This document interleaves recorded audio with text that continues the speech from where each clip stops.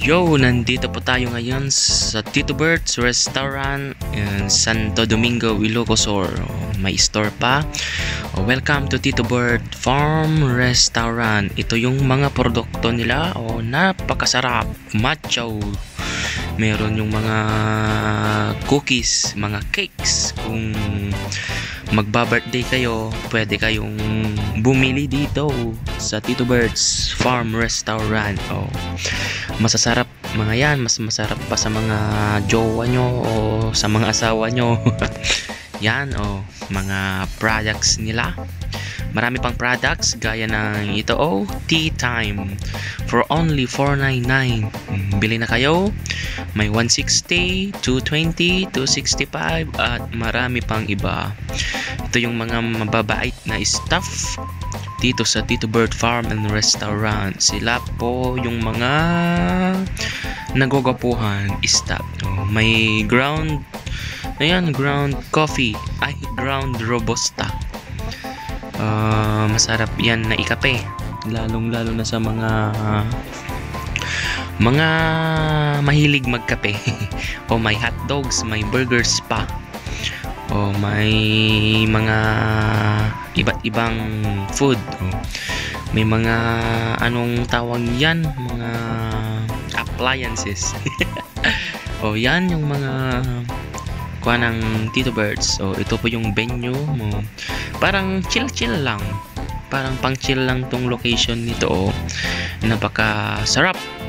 Sarap mapag-isa pero hindi naman sana. Yan yung mga kasama kong tumugtog. Baracus Acoustic, Tito Bert's Artisan Cakes. Yan po yung mga cakes nila. Kung affordable nyong bumili, bili kayo. Kung hindi, yung na lang yema yung mga tig 150. So ito yung mga coffee time, mga hot ice. Yan po yung mga price nila. Bili na kayo. Masarap, mas masarap kasing sarap ko. Yan bisitahin nyo na lang dito. Yan po si Raymark, yung vocalista namin. Kita nyo nagpupulbos. Si Arvin na taga beatboxer. Yan yung elepante. Tignan yung elepante, hindi nababanog. Paikot-ikot ang kanyang ulo, pero hindi nababanog kahit ilang years na nagkaganyan. Ito rin yung mga pagpwestuan, kinarang Greek Tagalog. Pagpwestuan ditoy nagmayat ti pwesto na dagiti customer maydan dagiti customer orektod tudo apaw dulat dati umay kastoy ti kapintas dito Tito Bert's Farm and Restaurant. Yan lakas ng ulan pero kadulat dati umay daywen dalat orektod tudo. So nakipaglaro ako sa Elepante. Elepante, kita nyo hindi nababanog yan. Paikot-ikot lang yung ulo. Sana ganyan rin ako, hindi nababanog na agayat. Yan laki ang kanyang buto. Ito yung sa baba ng Tito Bert. Ang ganda. Pwedeng pang daytan. Si Pari Arvin, pero umuwi na yung mga tao kaya wala nang tao.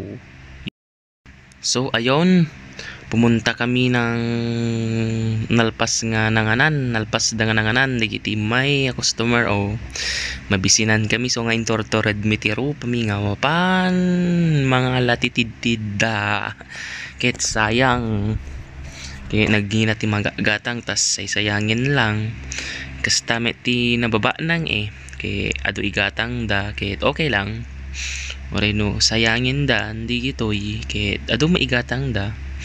So nga intortored ko ti rupak nga kimamat ti tinapay mayat ti agbyag.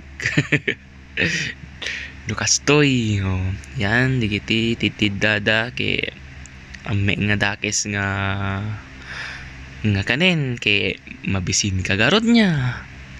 Di gito ititita dagiti may nangan nga customer kay iya with me kumangem handa kayat i-rep dan sa ano kung nadikiti kimbagi jay kay aw mabalinan so nga nangan na lang ti basi-basiten, and that's all for today. Thank you for watching.